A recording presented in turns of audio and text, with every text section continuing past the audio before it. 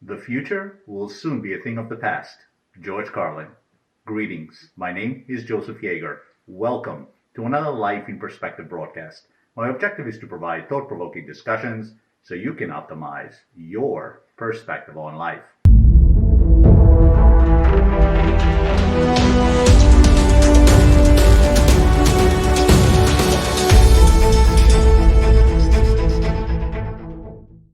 As a child, I loved watching the Jetsons and Star Trek.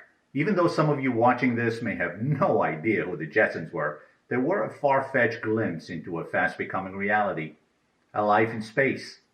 Hollywood has been bringing exploration and conceptual living in space for decades. Some of it looked pretty ridiculous a few years ago, but will likely become the status quo soon enough.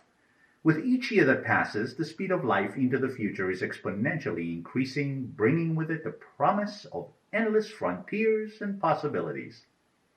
Before I continue, please consider subscribing to the channel if you haven't already done so by clicking the subscribe link below. You may also follow me on Facebook, Instagram, and Twitter.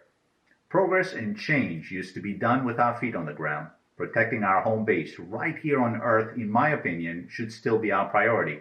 However, with the ever-increasing population and pressure on our resources, it is only a matter of time before an alternative habitat may be needed. Will it be Elon Musk's dream of colonizing Mars? Floating space colonies, perhaps? It's all in the works already, and just a handful of years away. In fact, the first space hotel, Voyager Station, is scheduled to open in 2027.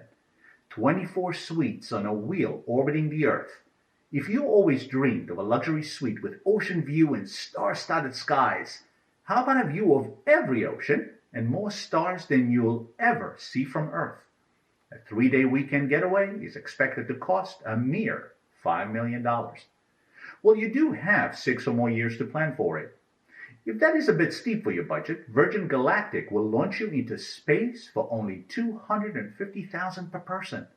No room, just a view and a barf bag. How about being able to say, "Beam me up, Scotty," and having your body disintegrate into particles and reassemble perfectly at your destination within seconds? Virtual and augmented reality are already providing us with a watered-down version of it. Being able to be anywhere at any time is already becoming a mainstay, and aside from the physical touch, it is fast becoming the norm. If pandemics are to become a normal part of our existence, turning fiction of the past into present-day reality is a step forward in our ability to provide our much-wanted and needed presence with far less risk. And just like any new technology, as it becomes more integrated, what was once available only to the rich quickly becomes affordable to many. It sounds fascinating, and on the one hand, I am excited at what the future holds. Yet on the other, I cannot ignore the fact that progress comes at a cost. It is predicted that by 2025, 85 million jobs will be supplanted by artificial intelligence. Millions of workers will need to be retrained to perform some of the support roles. Instead of machines supporting us, many will be supporting machines. Unless robots pay income tax, trillions in tax revenue will be lost, which will heavily impact social programs funded by tax revenue, create more poverty, and increase crime. People don't have to be criminals to commit crimes. They just have to be desperate. We could just as well see our society implode as advance. If so, will outer space become an escape destination or prisoner isolation? Will Earth become a scene out of The Sound of Music or Elysium?